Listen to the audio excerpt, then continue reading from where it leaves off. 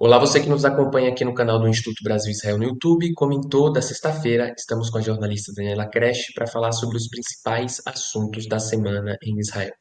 Como de costume, quero pedir para você deixar o seu like aqui no vídeo, a sua inscrição em nosso canal e o seu comentário aqui embaixo. Certifique-se se você está inscrito aqui no canal, porque é muito comum as pessoas que assistem aqui os conteúdos, o YouTube recomendar os conteúdos e a pessoa não está inscrita aqui no canal. E aí acaba perdendo um ou outro programa, né? Esses dias uma pessoa veio falar, o Expresso Israel não foi ao ar, eu falei, foi ao ar, mas tem que se inscrever no canal, assinar, ativar o sininho para receber as notificações e instantaneamente tudo que a gente publica. E lembrando também que agora a gente tem um clube de membros por apenas R$ 14,99. Você tem acesso a uma série de conteúdos exclusivos aqui no IB.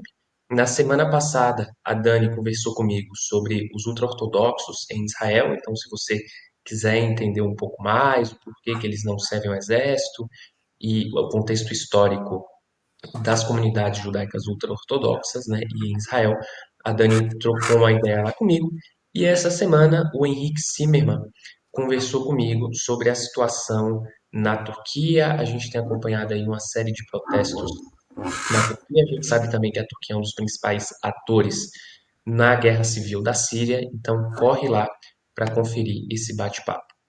Dani, agora entrando aqui no expresso dessa semana e no primeiro assunto, acredito que muitos que nos assistem acompanharam, estão acompanhando as tarifas que o Trump impôs a vários países, inclusive ao Brasil, aqui uma tarifa de 10%, e aí toda a questão da guerra tarifária com a China.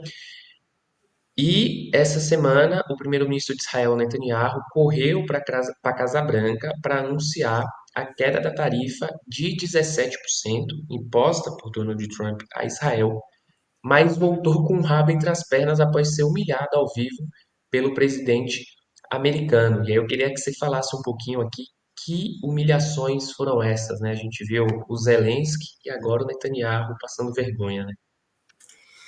Pois é, mas o Zelensky foi mais na cara, assim, foi mais uma coisa meio in your face, né? O do Netanyahu foi umas humilhações um pouco mais, digamos, é, é, não tão claras, mas para quem, né, para mim entendedor, para quem, para entendedor, bom entendedor, meia palavra basta, foi uma coisa um pouco mais assim, é, que eu acho que muita gente não conseguiu pegar, né, essas humilhações, mas aqui em Israel todo mundo entendeu. E assim, quer dizer, o Netanyahu começou a semana, terminou a semana passada e começou essa semana se sentindo no auge do seu poder, porque ele foi visitar a Hungria, né? Ele foi lá ser recebido pelo Viktor Orban, né? Que é um super citado no mundo todo como um supracitado como um presidente de uma democracia iliberal, né? Que ele já conseguiu fazer o que na verdade o Netanyahu está tentando fazer aqui, que destruir né, o poder judiciário e acabar com qualquer tipo de crítica a seu governo, seja da imprensa, seja de opositores, né? O Orban já conseguiu fazer isso, né? E o Netanyahu meio que talvez foi lá para aprender, né? De perto como fazer, porque ele está tentando fazer isso aqui em Israel. Então ele foi para a Hungria e foi uma visita em que ele se sentiu assim super abraçado, super bem recebido, inclusive foi tirado, né, das ruas qualquer tipo de tentativa de manifestação contra ele. Teve só uma pessoa que tentou se manifestar assim, mas pouca gente nas ruas, inclusive, né, meio que limparam as ruas de pessoas e uma delegação, né, na verdade um comboio enorme de, de, de, de, de de carros com seguranças e ele de um lado para o outro e tal, e ele recebeu um diploma de honores, como é que fala isso? Um diploma de quando você recebe de uma Honoris universidade. causa, né? Não é honoris causa, é isso? Não sei, acho que não é isso, não. Não sei o nome. Enfim, Esqueci. É quando você dá um diploma de uma universidade para né, para uma pessoa É o VIP. título honoris causa mesmo, acho que o Lula recebeu um monte aí também. Exato. Então ele recebeu isso numa universidade em Budapeste e fez um discurso, se sentiu abraçado e todos me amam aqui, aquela coisa toda. E aí ele ia voltar para Israel domingo e, e aí teve aquele negócio das tarifas na semana passada, o tarifaço, que por incrível que pareça, vocês vão achar incrível, a gente falou sobre isso no Expresso passado, ele foi, Israel recebeu a tarifa de 17% mais do que o Brasil. O Brasil com 10%, sendo Lula presidente, que obviamente não deixa de criticar o Trump, né? Enfim, tem uma visão de mundo completamente diferente da do Trump.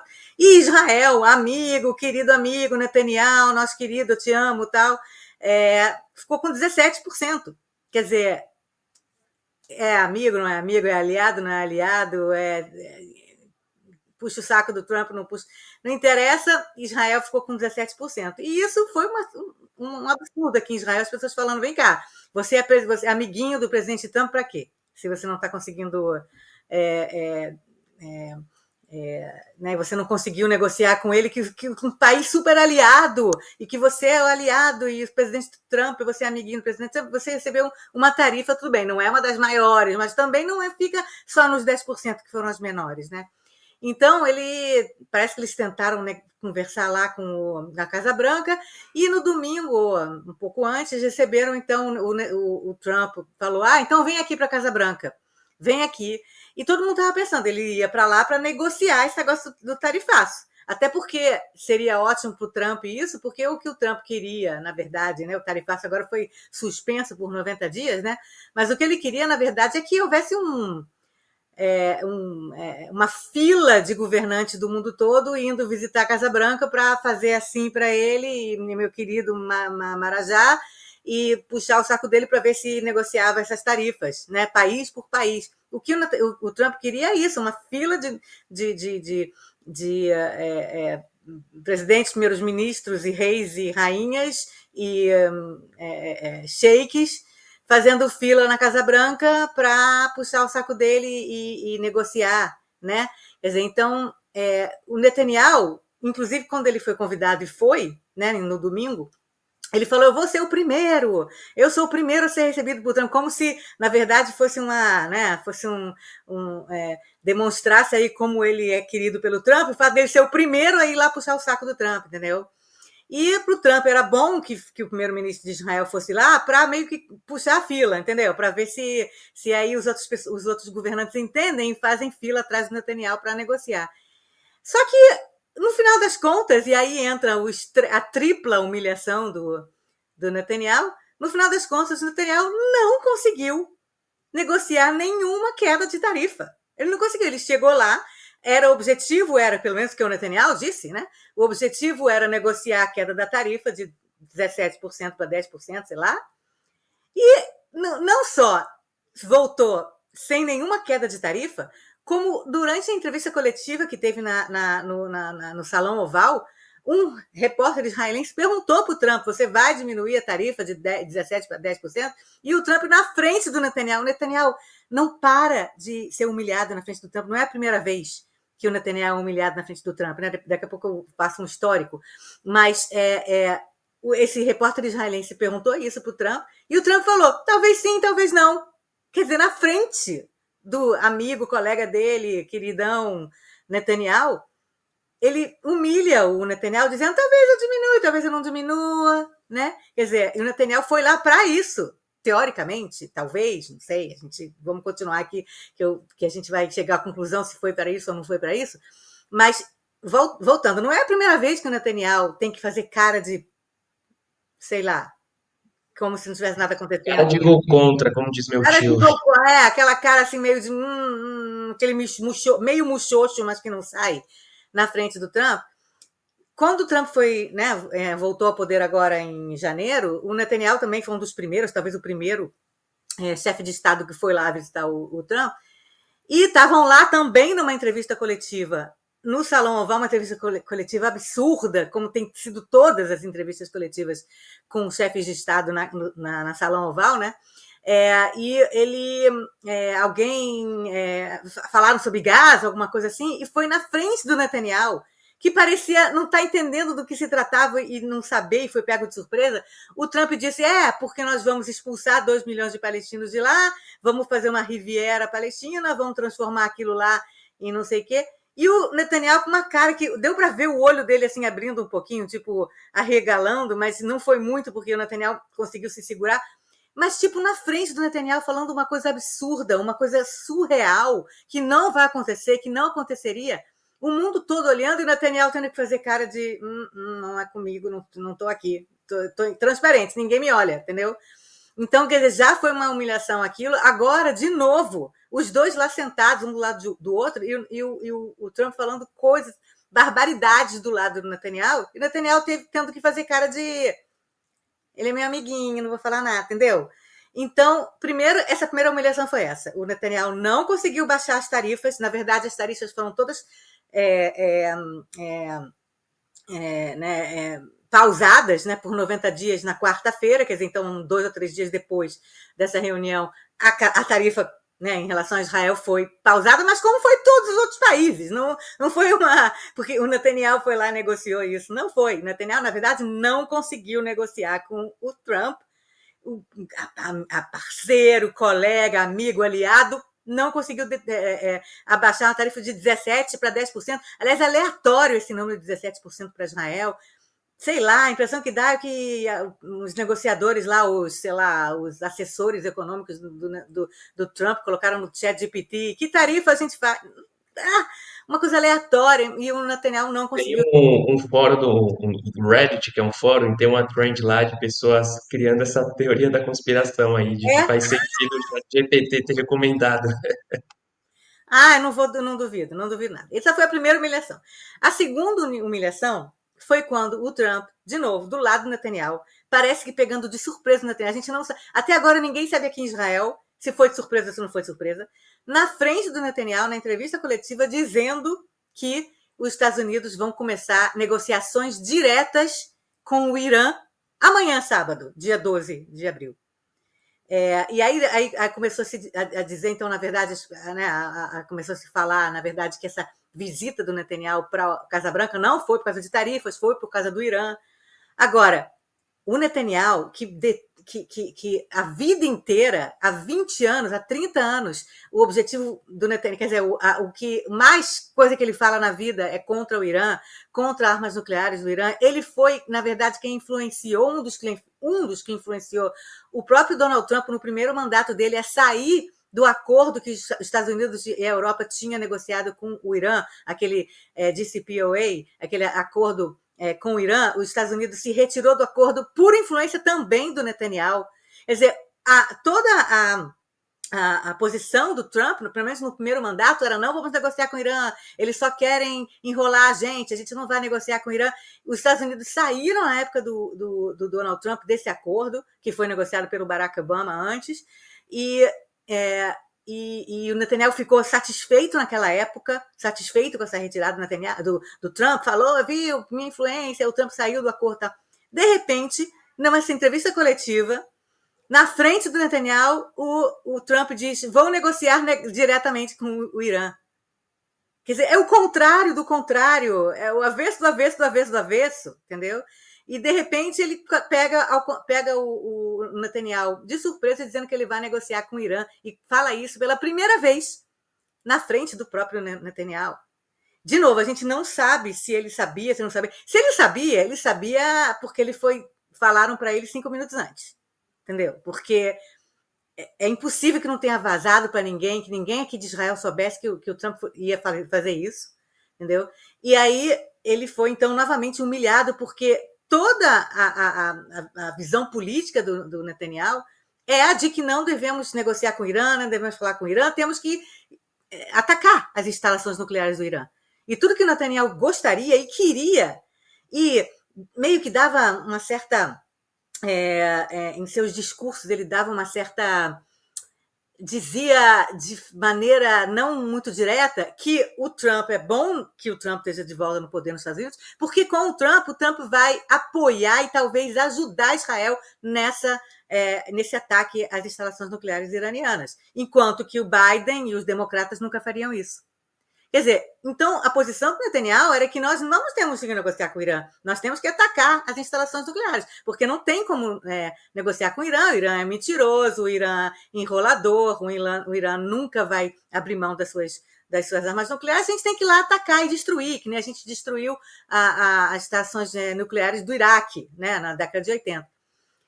E de repente, então, o grande Trump, que o Trump vai nos ajudar a atacar as instalações nucleares, o grande Trump diz, não, vou negociar diretamente. Não é nenhum acordo com a Europa, com ninguém, e diretamente vou negociar com o Irã. Se isso não é uma surpresa, se isso não pegou o Netanyahu de calças curtas, eu não sei o que pode ser mais do que isso. Não só isso, como essas negociações vão começar amanhã, num sábado, num Shabat, às vésperas do Pessah, da Páscoa judaica. Quer dizer, para Israel, tem nada a ver com Israel isso. Não tem nada a ver com Israel, é no Shabat, é em Pessah, nem a gente vai negociar diretamente. Quer dizer, é tão não sensível em relação ao que o próprio Netanyahu quer, que é chocante você ver ele sendo humilhado na frente do Trump, enquanto o Trump fala uma coisa dessa, que é o contrário de tudo que o Netanyahu fala, também em relação ao Trump, mas também em relação à sua visão do Irã há 30 anos, entendeu? Então, essa foi a segunda humilhação, e eu sei que no mundo as pessoas não podem não ter percebido isso, mas aqui as pessoas ficaram que ele está falando isso do lado do Netanyahu. E a terceira humilhação, eu vou inclusive passar pedir para o João daqui a pouco passar o clipe dessa terceira humilhação, foi para mim assim uma das mais claras humilhações de um líder contra outro líder que eu já vi na minha vida acontecer ao vivo, né? E a cores, porque deixa eu dar um contexto antes da gente ver o clipe. Com a queda do governo sírio, né, com a queda do ditador Bashar al-Assad, e o novo presidente lá, o Giuliani, né, está tendo uma briga em volta na região para quem vai, na verdade, assumir lá a principal influência a esse governo sírio. Se na época do Bashar al-Assad as grandes influências eram, e que ajudaram Assad a ficar no poder por muito tempo depois da Primavera Árabe, era a Rússia e era Irã. A Rússia e o Irã estavam presentes lá desde o começo da Primavera Árabe e foram os que ajudaram Bashar al-Assad a ficar no poder. A gente falou aqui várias vezes sobre isso aqui no Expresso. Só que com o começo da guerra da Ucrânia, a Rússia meio que saiu, né, porque não tinha como estar em dois lugares ao mesmo tempo. Então, desde 2022, quando começou a guerra na Ucrânia, a principal influência no Irã, na Síria, era do Irã. E Israel estava muito preocupado com isso, muito preocupado. Cada vez mais iranianos em solo sírio, cada vez mais iranianos construindo bases iranianas em solo sírio, quer dizer, na fronteira com Israel. E com a queda do Giuliani, esses iranianos fugiram, a maior parte do Irã fugiu, saiu da Síria. E quem agora vai entrar nesse vácuo? Né? A gente sabe que não existe vácuo na política, né? Quem vai entrar nesse vácuo? Turquia. A Turquia, que está interessada, primeiro, em devolver para a Síria mais de 3 milhões, eu acho que esse é o número, de refugiados sírios que quando começou a guerra civil na Síria, foram para a Turquia. A Turquia quer devolver, quer expulsar esses refugiados de volta para a Síria. E a Turquia tem um problema muito grande com a autodeterminação dos curdos na fronteira entre Síria e Turquia, e que a Turquia quer acabar com essa vontadezinha dos curdos de ter um país, né? Então, atacando os curdos e tal e tudo. Quer dizer, então, é muito importante para o Erdogan, né, que é o presidente da Turquia. Ele é presidente ou primeiro-ministro agora? Eu nem sei, porque ele já foi os dois, né? Mas, enfim, o líder da Turquia, o Erdogan, ele quer muito, muito, muito ter influência na Síria. Muito, é muito importante para ele. por causa dos curdos, por causa dos refugiados e também porque ele odeia Israel. Odeia, mas ele pessoalmente, enquanto pessoa, odeia Israel.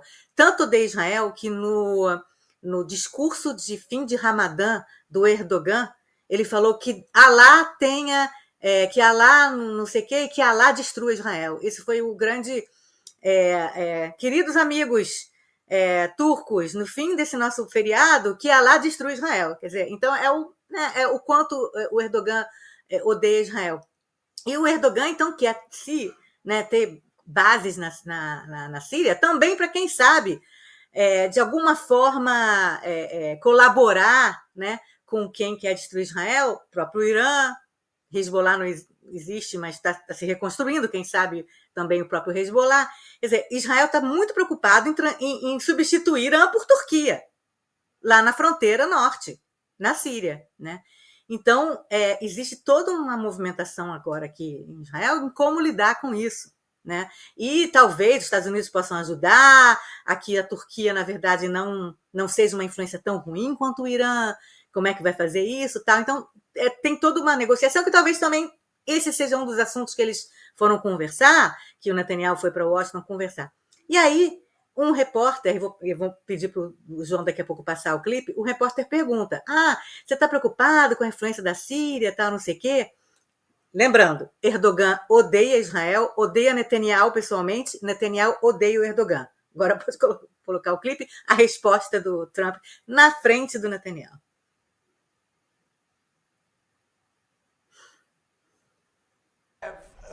Great relations with a man named Erdogan. Have you heard of him?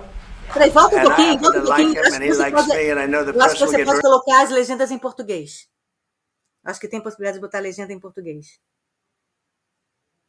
Você pode aumentar um pouquinho, colocar em... não tem em português aí, não? Não, só tem inglês, mas qualquer coisa a gente passa e explica. Tá bom. Great relations with a man named Erdogan. Have you heard of him? And I happen to like him, and he likes me, and I know the press will get very angry. He likes Erdogan, but I do, and he likes me, and we've never had a problem, and we've gone through a lot, and we've never had a problem. We've always got, as you remember, we got our minister back from Turkey. You remember that? And this was a big deal at the time, and we got him back. And I told the prime minister, I said, just, Bibi, if you have a problem with Turkey, I really think I'm going to be able to work it out. You know, I have a very, very good relationship with Turkey and with their leader, and I think we'll be able to work it out. So I hope that's not going to be a problem. I don't think it will be a problem. Na frente do Netanyahu, o Trump diz, eu adoro o Erdogan, Erdogan é ótimo, adoro ele me adora, temos um ótimo relacionamento e podemos resolver não sei o quê. Na frente do Netanyahu, que odeia o Erdogan, o Erdogan odeia o Netanyahu. É muito humilhante você escutar isso ao vivo, na frente de outras pessoas, na frente do mundo todo, né? Em que tudo que o Netanyahu queria era que o Trump falasse: o Erdogan está jogando com fogo, está brincando com fogo, o Erdogan tem que parar de atacar Israel. Tá? Não, eu adoro o Erdogan, é ótimo, nunca tive problema com ele. Quer dizer, portanto, o Netanyahu, depois de alguns dias de ápice na Hungria, foi para a Casa Branca para ser humilhado 3 vezes, em um dia só. Em algumas horas, né? Em pouquíssimo tempo, somente nessa entrevista coletiva. Ele não conseguiu diminuir as tarifas do principal aliado, o homem. Ele foi no aeroporto da Hungria, indo para a Casa Branca, ele falou: estou indo para negociar as tarifas, eu não sei o que. Então, não conseguiu diminuir as tarifas. 2, ele foi pego de surpresa com negociações diretas entre o Trump e o Irã, seu principal algoz, né, principal inimigo, né? E 3, ele escutar do lado, tendo que fazer cara de não estou nem aqui, esquece que eu estou aqui, transparente. Do lado do Trump, conseguir escutar que o Trump, eu adoro o Erdogan me adora. E eu não tenho problema nenhum com ele, é ótimo, amo ele, entendeu? Quer dizer, foi muito... As pessoas aqui não estavam acreditando que essas 3 coisas estavam acontecendo, que ele foi para a Casa Branca, saiu correndo, $milhões cada visita dessas. É o avião particular, é não sei quantas é uma delegação de segurança enorme com centenas de pessoas, é passar a noite, é o hotel, eu não sei se ele passou a noite, eu acho que ele foi e voltou. Mas, anyway, são milhões de dólares para uma visita dessas para ser humilhado ao vivo na televisão. E lembrando, né, Dani, a gente fala isso bastante desde o do começo do mandato do Trump, que dentro da base do Trump você tem uma série de figuras ali que são extremamente críticas a Israel, justamente por um viés antissemita, né, que questiona qualquer apoio do governo Trump a Israel, criticava o apoio do Biden a Israel em relação às frentes que o exército de Israel enfrentava e que no final das contas não tá nem aí, né? Então, a gente lembra quando Netanyahu dialoga com esses discursos de deep state, né, que a Suprema Corte é coordenada ali, é dirigida por esquerdistas, liberais, que querem, né, todo esse discurso conspiracionista, faz coro também com toda essa base aí, o white supremacy do Netanyahu, né? Você citou também aí a visita do Trump ao Orbán, uma figura também assim de extrema direita, com uma série de discursos antissemitas. A gente entrevistou o Rafa Krushin essa semana para falar, se aprofundar um pouco nisso, né, sobre a relação dessas figuras de extrema direita com o antissemitismo. E ele trouxe assim um, um discurso do Orbán que parece que ele leu os protocolos dos Sábios de Sião e replicou, né? E até na própria visita do Netanyahu à Hungria, o Orbán cita os judeus húngaros que foram mortos na Shoah, né? No encontro com o primeiro-ministro de Israel, o Orbán não é um detalhe importante, não é uma menção histórica importante para falar. Então, mostra todas essas contradições Entre e eles, entre os entre judeus, eles, né? entre os judeus que foram Sim. mortos em Auschwitz em 1944 estão os bisavós. Meus dois bisavós húngaros, pais da minha avó, foram mortos em 1944, levados de Sant'Endre, onde eles tinham uma lojinha, levados para Auschwitz e morreram. Família toda.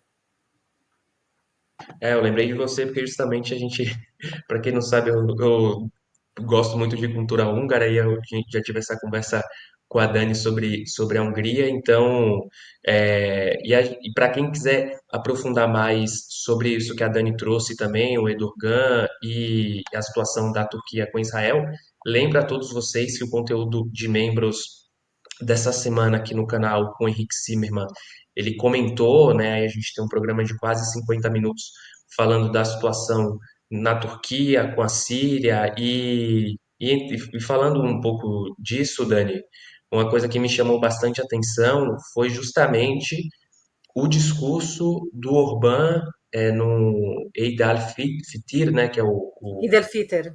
que é o fim isso mesmo que é o fim do Ramadã, do jejum do mês do Ramadã, que ele falou, né? Ele afirmou que a entidade sionista deveria ser destruída.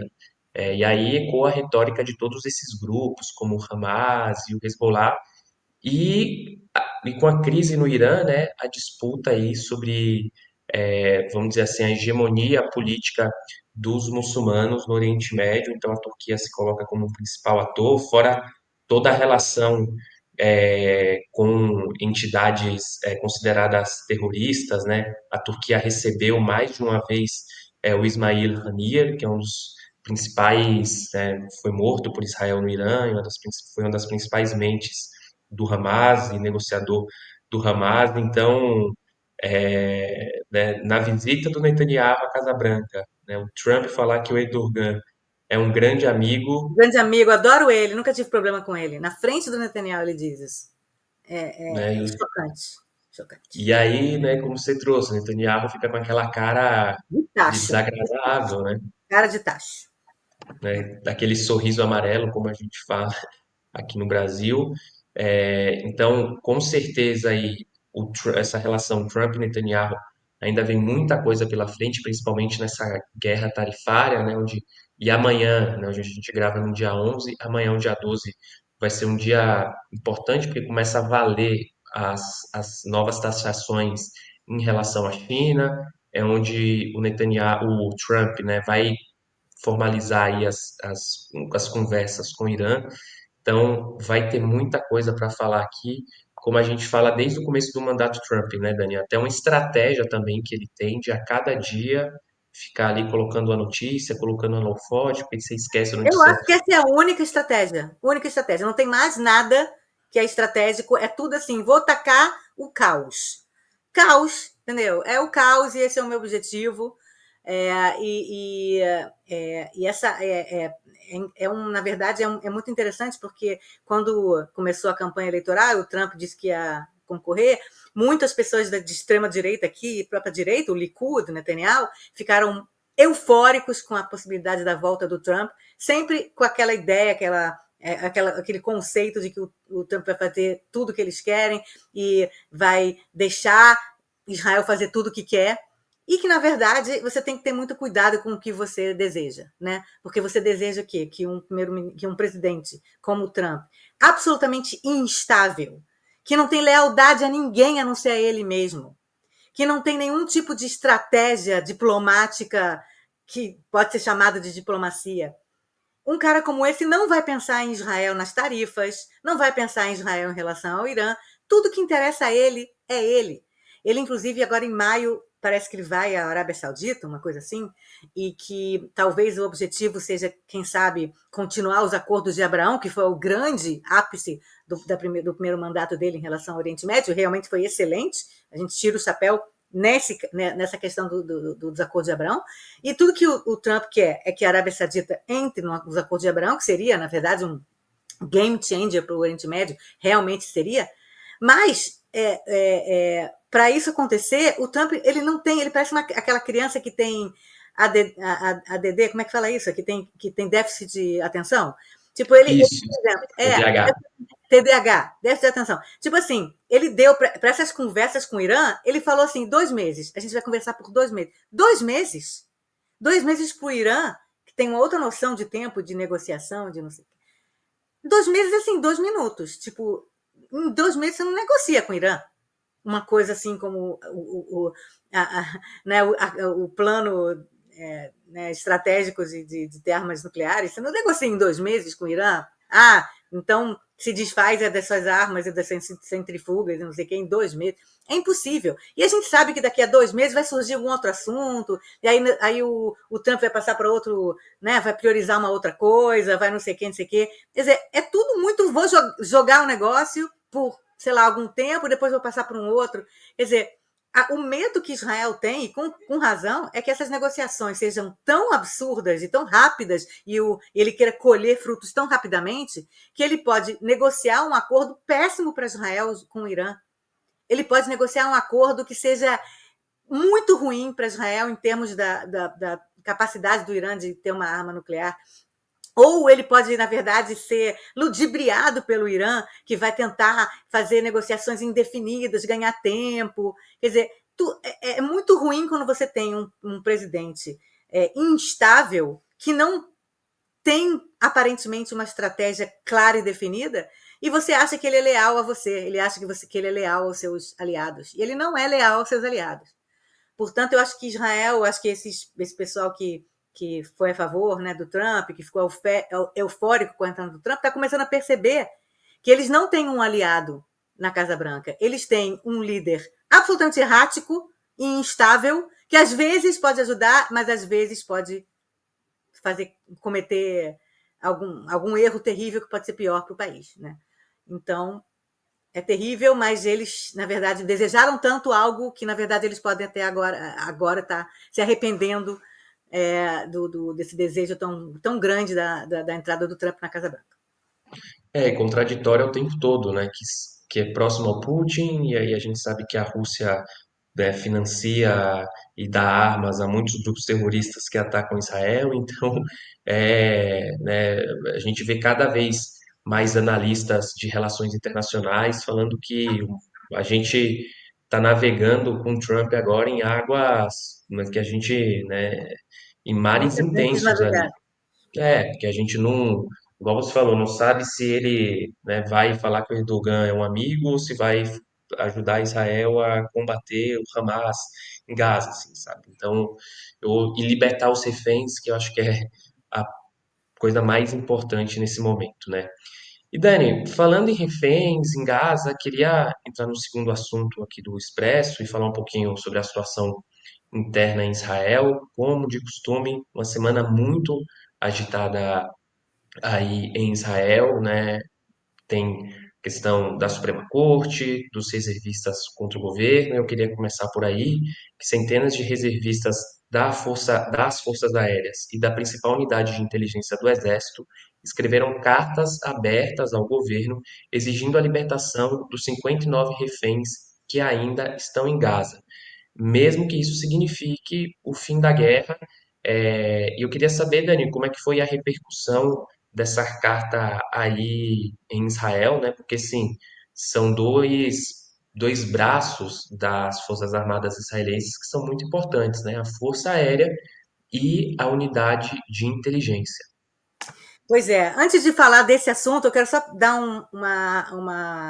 passar assim, en passant, sobre a questão da demissão do diretor do Shabak. A gente tem falado bastante disso, que o primeiro-ministro, né, Netanyahu, decidiu demitir o diretor do Serviço de Segurança do Shabak, Ronen Bar. Ele decidiu isso algum mês atrás, uma coisa assim. Ele avisou: "Está demitido, vou demitir". E aí a Suprema Corte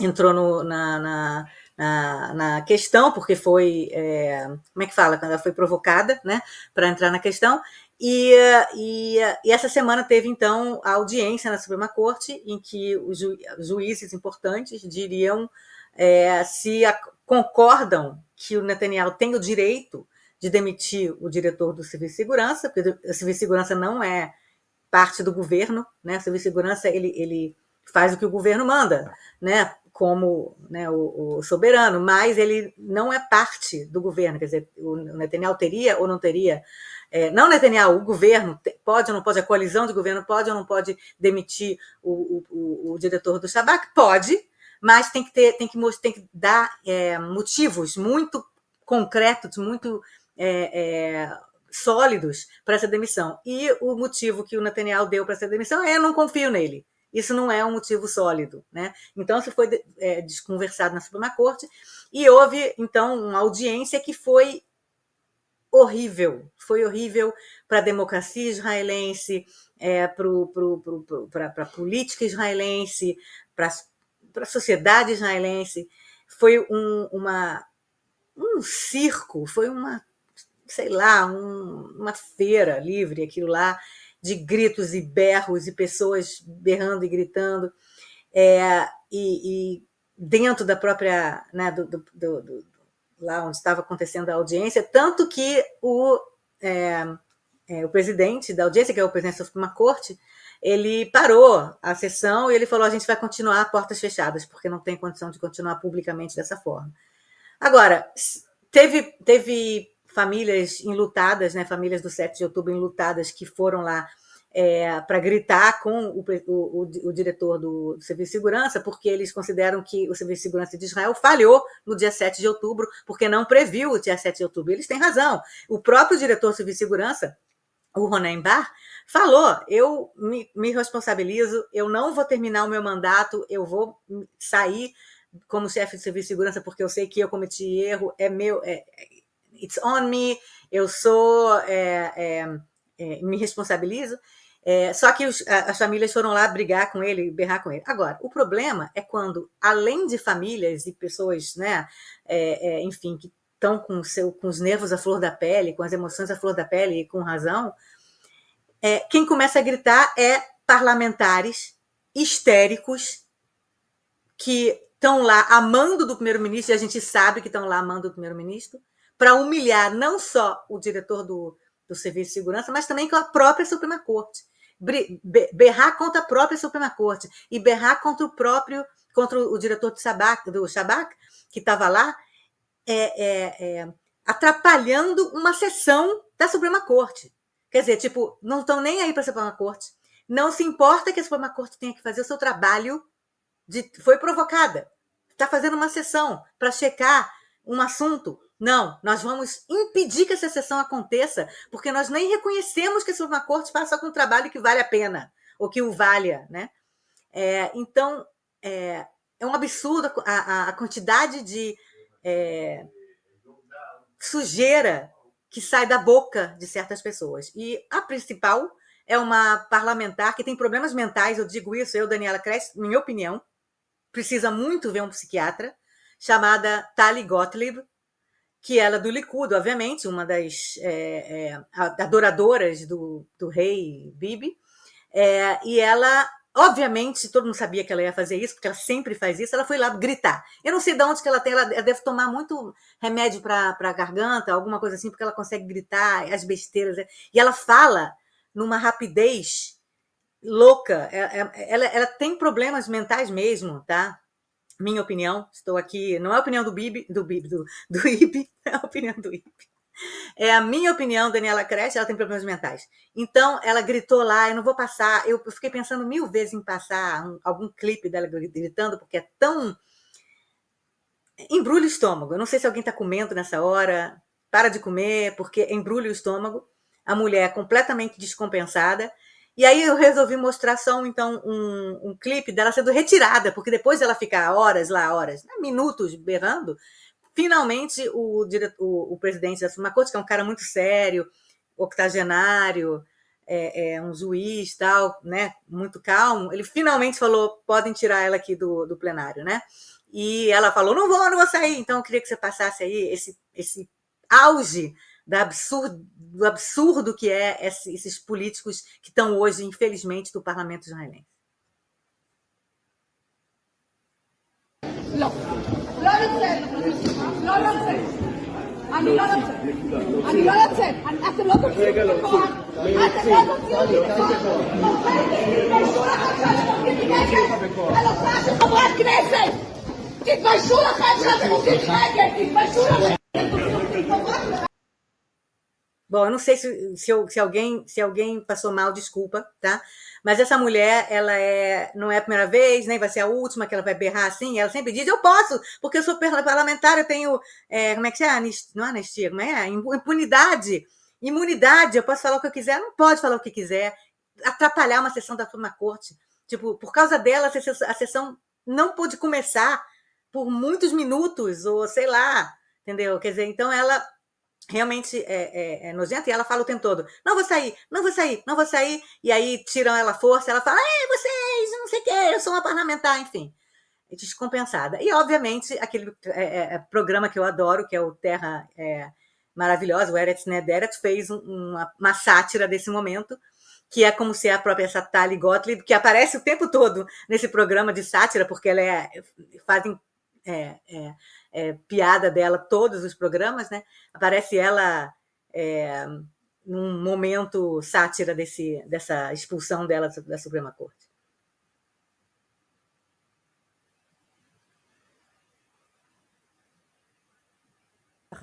אני לא יוצאת, אני לא יוצאת, אני לא יוצאת, אני לא יוצאת.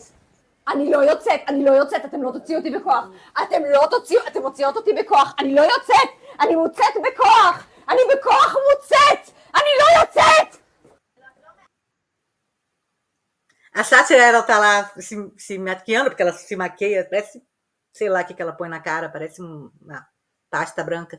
Ela se maquiando e a mulher falando, a maquiadora falando, pode sair, que eu, né? Ela, não vou sair, não vou sair, não vou sair. Ela grita, não vou sair, estão me saindo! Estão me tirando, eu fui retirada. Enfim, histérica. Só, então, para dizer que, no final das contas, a Suprema Corte decidiu que, por enquanto, o Ronen Bar, que é o diretor do Shabak, não pode ser demitido, ele não pode sair, quer dizer, pausaram a demissão do diretor do Shabak, dizendo que o governo e o próprio diretor devem chegar a algum consenso durante a Pessach, né, durante a Páscoa judaica, que começa amanhã, tem que chegar a algum consenso. Agora, a possibilidade de que eles cheguem a algum consenso é zero. Eu digo aqui que a possibilidade de haver qualquer consenso em relação a isso é zero. E, então, provavelmente ele vai continuar no cargo, e aí o ministro da Justiça, que é um cara assim sensacional, ele não tem problema nenhum de acabar com a democracia israelense, ele falou: se ele continuar no cargo, então eu vou ignorar ele. Ignorar. O governo vai ignorar o diretor do Serviço de Segurança. Segundo o ministro da Justiça, se o diretor do Serviço de Segurança continuar no poder, continuar no cargo, o governo não vai escutar o diretor do Serviço de Segurança.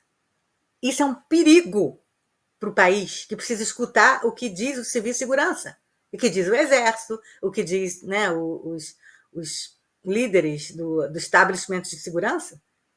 Eles vão... Esse ministro da Justiça, ele é assim meio tipo... então não vou escutar você. Sabe? Uma coisa meio terceira, sei lá, jardim de infância.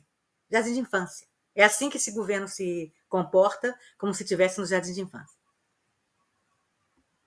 Bom, continuando. Aqui eu terminei como se eu tivesse terminado o item, mas não, a gente está falando aqui sobre a questão dos pilotos, tá? Dos reservistas. Essa semana a gente teve novamente, já não é a primeira vez, a gente teve em 2023 também, a gente teve antes também, em outras crises de Israel, mas agora é a segunda vez desde 2023, desde que o governo Netanyahu resolveu fazer um golpe judicial, né? É a segunda vez que reservistas da Força Aérea resolveram publicar uma carta aberta para o governo, exigindo que o governo agora faça tudo, né? Quer dizer, o governo traga de volta para casa os 59 reféns que estão na faixa de Gaza. A gente sabe que pelo menos metade deles estão vivos ainda, ou algo em torno, um pouco menos da metade estão vivos ainda, algo em torno de 24 estão vivos, e eles querem, exigindo que o governo traga de volta os 59 reféns, mesmo que em troca disso, mesmo que para isso tem que terminar a guerra, acabem os combates. A gente sabe que os combates recomeçaram há 2-3 semanas atrás, depois que terminou a primeira fase do acordo de devolução dos reféns. O governo Netanyahu decidiu, em vez de passar por uma segunda fase de acordo de reféns, recomeçar a guerra, e esses reservistas falaram, eles escrevem assim: apelo à volta dos reféns, mesmo pelo preço do fim dos combates. Nesse momento, a guerra responde principalmente aos interesses políticos e pessoais e não a interesses de segurança. Queria que você mostrasse aqui o anúncio que eles publicaram em vários jornais israelenses e também na internet, obviamente, com o nome de algo em torno de 1.000 pessoas, 900 e tantas pessoas, todos reservistas da Força Aérea de várias gerações, inclusive chefes da Força Aérea, ex-chefes da Força Aérea, ex-líderes da Força Aérea. Tem você vê aí todos os nomes, né? Que foi publicado, e isso obviamente causou muita convulsão aqui em Israel, porque para muita gente isso é visto como traição. Traição. Pessoas do exército dizendo: não vou para o exército se o governo não fizer o que eu quero. Isso é traição, isso é corrupção, isso é sei lá o quê. Né, tá tentando ameaças a um governo democraticamente eleito. Só que, assim, reservistas não são soldados na ativa. Aqui em Israel, reservistas são ex-soldados que estão de volta à cidadania, né, são cidadãos, mas que de vez em quando voltam para o exército quando são necessários. Né? Ou eles voltam para fazer exercícios para se manter, né, up to date, ou eles, em caso de guerra, voltam a guerrear, mas eles são da reserva. Entendeu? Eles não são da ativa. Então, você pode dizer que um cara da reserva, que na verdade está se voluntariando, porque eles podem, como pessoas da reserva, como combatentes da reserva, né, nesse caso pilotos da reserva, eles podem dizer: não vou para a reserva. Eles são chamados e eles podem dizer: não vou, estou doente, estou passando mal, estou no exterior. Eles podem dizer algum motivo que eles não vão para a reserva, porque eles não estão na ativa. Então, eles são, na verdade, voluntários. Então, você não pode dizer que voluntários são traidores, ou estão, na verdade, eles são traidores do exército, tem que ir para a prisão militar porque não estão fazendo o que o comandante manda. Não, porque eles não estão debaixo do comandante, porque eles não são da ativa. Eles não são soldados, eles são reservistas. Mas muita gente os vê como soldados e diz que eles são traidores. Obviamente, quem diz isso é pessoas voltadas e ligadas e que apoiam o governo nessa luta. Né? Agora, entre elas, parece que está o novo chefe de Estado-Maior das Forças Armadas, Eyal Zamir, que substituiu, né, o chefe das Forças Armadas anterior, né, que Herzia Levy, que foi saído, né, do comando do Exército, também por esse governo, e entrou esse Eyal Zamir, que parece que está um pouco mais em sintonia com o governo, e falou, ok, quem assinou essa carta não está demitido do Exército. Quer dizer, você não pode demitir um voluntário, mas ele falou, quem assinou essa carta e faz reserva na ativa, né, na ativa, participa como reservista de alguma ação, riscado o nome, não pode mais participar de nenhuma ação, não pode mais voltar para o Exército. Tá? Não pode mais fazer qualquer tipo de ação no Exército. Agora, esses que estão, na verdade, participando de ações nesse momento, nessa guerra, né, como reservistas, são algo em torno de 60 só desses quase mil nomes, sendo que só 9 deles são pilotos. Quer dizer, então isso não enfraquece a Força Aérea Israelense que 9 pilotos sejam riscados né, da convocação, digamos assim. Mas é uma péssima demonstração, no caso, na visão do Exército e na visão do governo, na visão do Exército chefiado pelo Eyal Zamir, pelo general Eyal Zamir e pelo governo, que você tem na verdade, insurgência, talvez, militar dentro das forças aéreas. E aí, para piorar a situação, hoje, sexta-feira, foi publicado, ainda não saiu, mas foi publicado pela imprensa israelense, que soldados da reserva de unidade, da unidade de inteligência 8200, que é a principal unidade de inteligência do Exército, também vão publicar uma carta parecida nos próximos dias. Quer dizer, então você não vê, não é só a Força Aérea, mas também pessoas ligadas a cybersecurity, né, segurança de dados, de inteligência dentro do Exército, também vão publicar uma carta pública dessas, eles vão dizer o seguinte, nos identificamos com a grave e preocupante afirmação de que, neste momento, a guerra serve principalmente aos interesses políticos e pessoais, não a interesses de segurança. Eles estão seguindo o texto que os reservistas da Força Aérea estão falando e estão dizendo que eles exigem que acabem os combates nesse momento para trazer de volta os reféns com um acordo com Hamas, sim, um acordo com Hamas. A gente sabe que esse acordo, Israel pagaria um preço muito alto, é um acordo que, na verdade, deixa o Hamas no poder, tem tudo isso. Mas, para esses reservistas, mais importante, a prioridade é salvar as vidas humanas, salvar as vidas dos reféns que estão no cativeiro do Hamas, e a gente sabe em que situação que eles estão. A gente viu recentemente reféns saindo numa situação terrível e sofrendo muito depois de mais de 500 dias, de 15, 16 meses no cativeiro. Então, a gente tem aqui, de novo, uma crise entre, principalmente, reservistas, não só das Forças Armadas, mas também de outras partes do Exército, e o temor aqui é que isso, na verdade, vaze também para ativas, para soldados da ativa.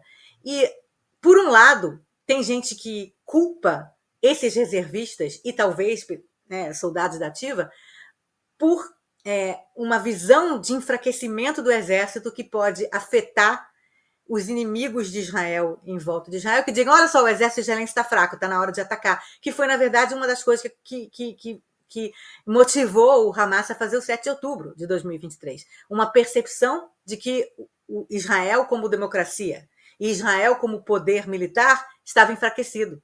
Portanto, vamos fazer um ataque como o dia 7 de outubro. Agora, tem gente que diz que a culpa não é desses reservistas e desses soldados da ativa. A culpa é do governo que está enfraquecendo a democracia. E esses reservistas estão, na verdade, tentando usar seu poder, ou tal suposto poder, como pessoas que atuam no Exército, apesar de atuarem como reservistas, estão tentando usar o seu poder contra esse golpe judicial que esse governo está fazendo. Quer dizer, então a culpa aqui é de quem? É do governo que está tentando fazer um golpe da democracia israelense ou é dos reservistas ou soldados da ativa que estão tentando se opor a esse golpe?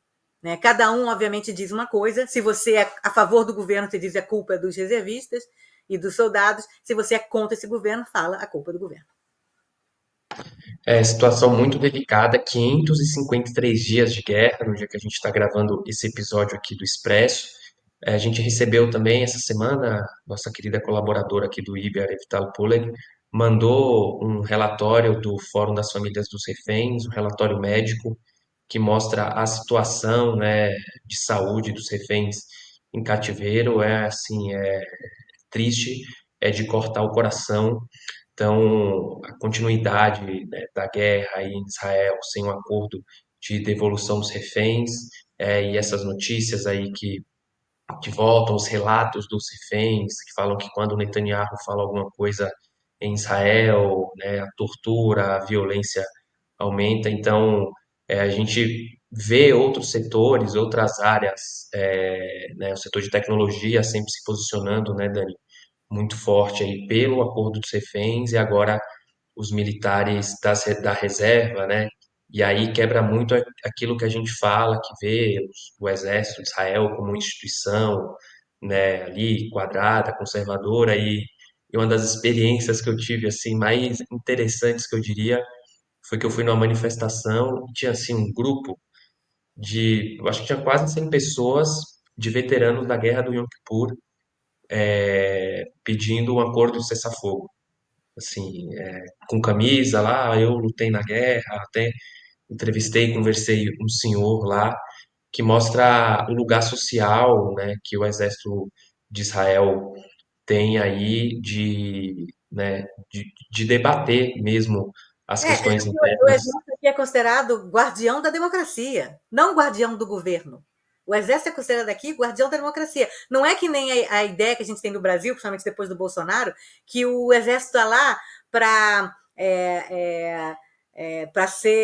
para apoiar um governo, sei lá, que tem Pista, né, antidemocrático. golpista, antidemocrático, que o próprio exército é uma instituição antidemocrática. Ao contrário, aqui em Israel, o exército é visto como uma das instituições mais democráticas e que guarda a democracia, que justamente teria que se levantar contra alguém que está contra a democracia. É isso que alegam, inclusive, esses reservistas que assinaram essa carta, e o pessoal também do 8200, né, do Serviço de Inteligência, que nós somos guardiões da democracia. O que está acontecendo aqui é enfraquecimento da democracia por esse governo. Então, portanto, somos contra o governo, não contra a população, entendeu? Quer dizer, é o contrário, né? É meio que o contrário do que a gente pensa como militares golpistas, né?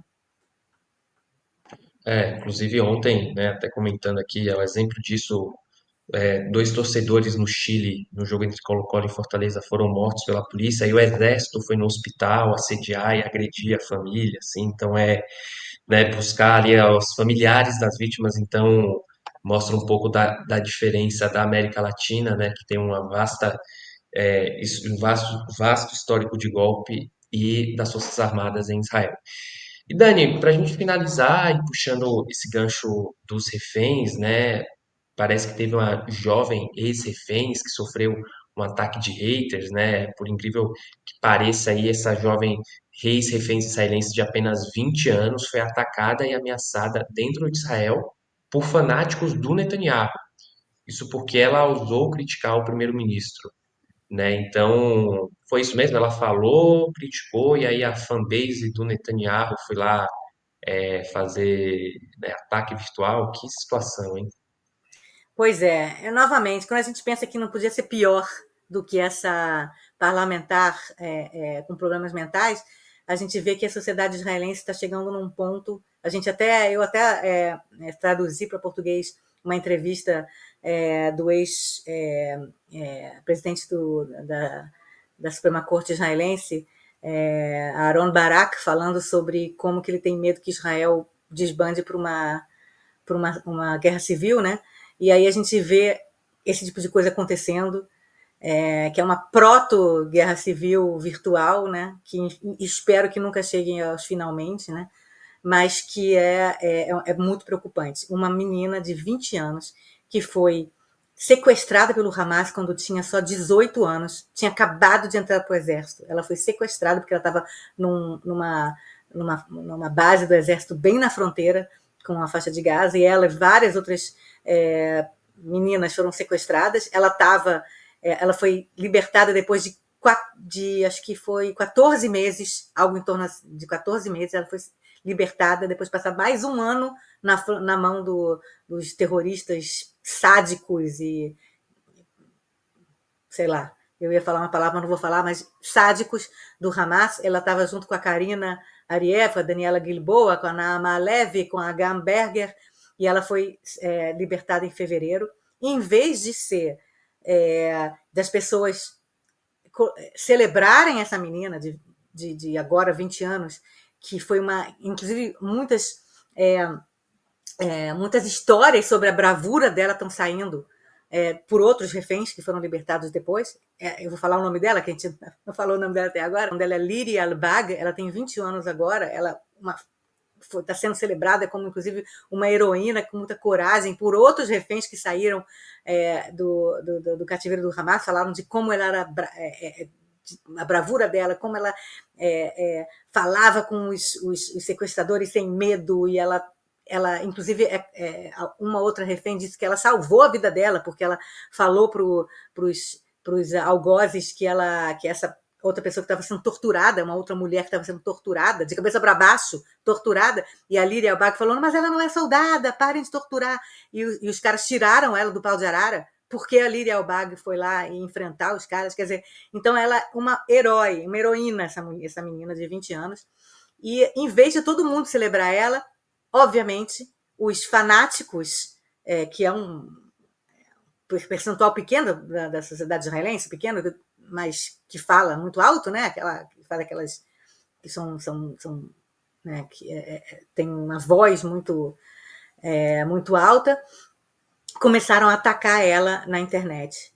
Por quê? Porque saiu um trailer de uma entrevista que ela daria no Canal 11 israelense, em que ela, nessa entrevista, critica o primeiro-ministro Benjamin Netanyahu e fala algo assim: por sua causa, passei pela pior coisa que o ser humano pode passar.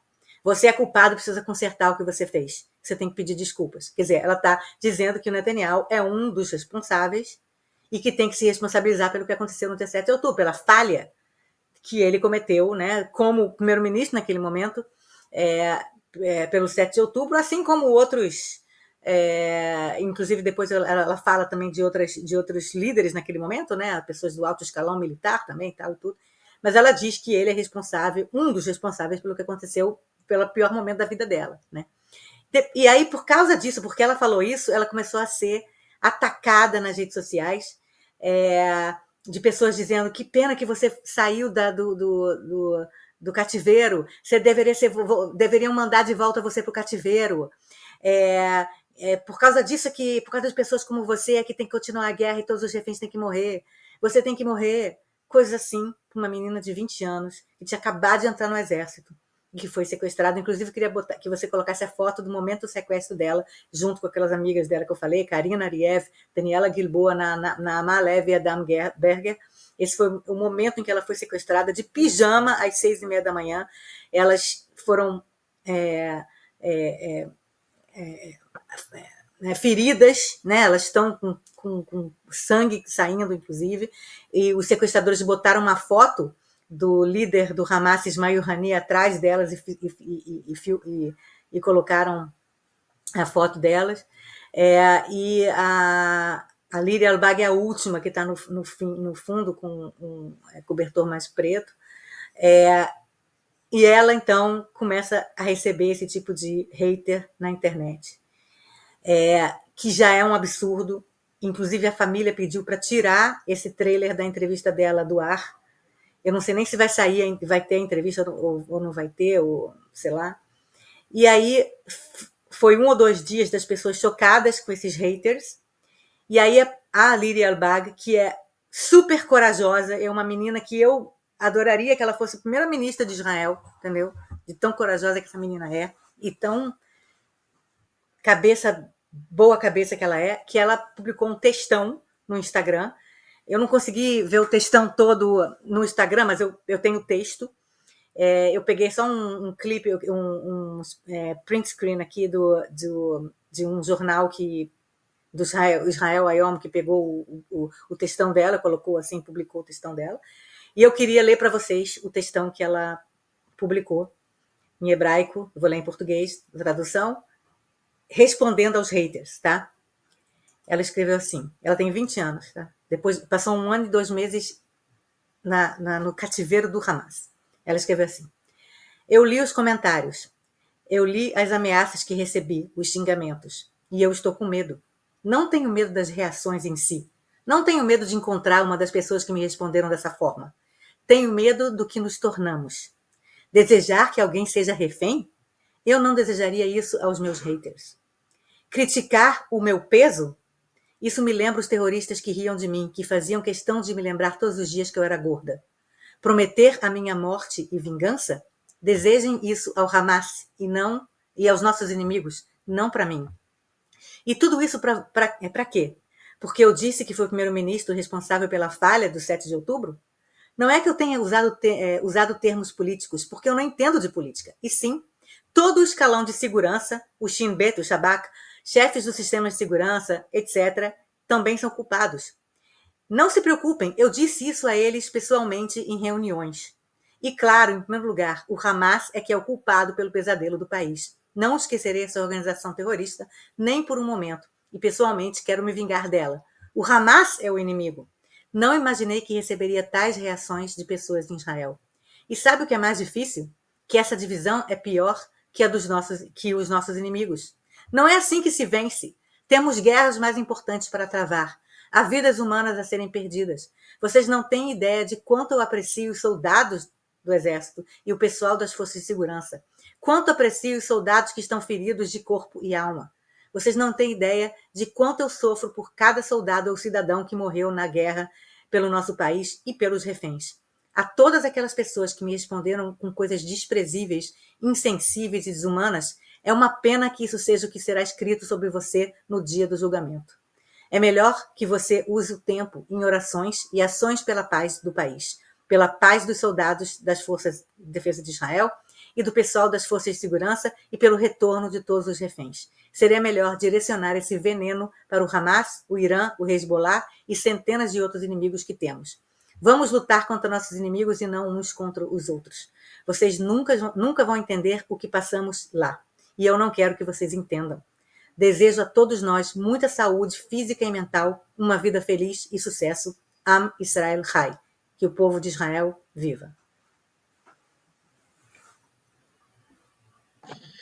Quanta maldade, né, Dani? Até onde o fundamentalismo, né, político, o extremismo pode levar as pessoas, né? Uma ex-refém aí, né? Acho que tem um vídeo, inclusive, eu acho que das GoPros do Hamas, quando ela era observadora, né? Ela era Traduzindo observadora, como é o nome, exatamente. do Hamas chegando lá e, né, dando coronhada com fuzis, soco nas meninas e nessa menina aí, independente do que ela falasse, a maior barbaridade do mundo, as pessoas tinham que aplaudir, sabe, ser uma heroína Você nacional, não porque concorda com ela? Abaixa a cabeça, não fala nada. Não fala nada. Assim como você não pode falar nada para famílias enlutadas ou famílias que têm reféns em Gaza agora. Não concorda com elas? Abaixa a cabeça, não fala nada. Elas estão no seu luto, elas estão no seu sofrimento, na sua dor. Que pessoa você pode ser? Que ruim, uma pessoa ruim você pode ser para ameaçar e falar coisas absurdas para uma menina de 20 anos que passou o que ela passou. Agora, o silver lining, né, a coisa boa que aconteceu depois disso é que, primeiro, ela recebeu muito apoio também de muitas pessoas, né, dizendo que ela é maravilhosa, que ela é corajosa, que ela é, né, que ela é tudo. E ela recebeu pela primeira vez, desde que ela foi voltada, né, que ela foi devolvida em fevereiro, ela recebeu um telefonema do Netanyahu dizendo, apoiando ela, né? Dizendo que ela é corajosa, que ela não sei o quê. É claro que ele não falou sobre o fato de que ela falou mal dele, mas ele ligou, quer dizer, pelo menos ele teve essa decência de ligar para ela, tá? E ela foi recebida pelo presidente, Herzog, na casa do presidente. Queria que você botasse a foto dela com o presidente, porque ela recebeu apoio também do presidente de Israel. todo apoio, toda força e solidariedade aí a Liria Bach, né? Uhum. Tava confundindo com outro nome que a gente não tinha. A foto ficou só um pouquinho. Você botou mais tempo? Da Liri, coloca a foto aí da Liri com o presidente Herzog. O Herzog, aqui. É, essa foto. É. Então, o presidente recebeu ela na casa dele para demonstrar também solidariedade dela, a ela, e espero que pelo menos ela perceba que é só uma minoria minúscula de pessoas que têm algum tipo de né, aquele pensamento de culto, de seita, né? Inclusive, a maior parte dos xingamentos vieram de grupos que dizem apoiadores do primeiro-ministro, apoiadores do Netanyahu, quer dizer, então, pessoas específicas que fizeram esse ataque, mas ela tá recebendo muito conforto e muito abraço da maior parte dos israelenses, incluindo da liderança do presidente e também do próprio primeiro-ministro. Lembra um pouco na pandemia, né, Dani, quando politizaram as vacinas, tudo que aconteciam, que vítimas da Covid-19, e aí quando os familiares criticavam algumas autoridades públicas, né, pela não cumprimento das medidas sanitárias ou de EPI para as profissionais, que aí as pessoas iam lá e falavam, atacavam, né, as vítimas, igual você falou ali, um enlutado, né? Então, até onde o fanatismo leva, né? Isso quando, né, esses próprios grupos também a gente vê cada vez mais criando chatbots, robôs ali no X, Instagram, para massificar ainda mais esse discurso de ódio, mas é bom a gente ver que a maioria da sociedade israelense é solidário aí com ela, o presidente que recebeu e é, no final é isso que conta e que importa é o apoio e toda a energia positiva. Com isso, a gente vai chegando ao fim dessa edição do Expresso Israel. Quero agradecer a Dani por mais uma semana estar nos atualizando aqui, comentando sobre as principais notícias da semana em Israel. Quero agradecer você também que chegou aqui até o final. Não esquece de deixar o like, a inscrição em nosso canal, o seu comentário aqui embaixo. E agora, de fato, desejando a todos e a todas Hag Pesach Sameach. Eu desejei na semana passada, mas a cabeça estava tão maluca aí que eu antecipei uma semana. Que todo mundo possa passar aí Seder com seus familiares, com suas pessoas queridas e, né, celebrar bastante aí. Um abraço. Isso aí.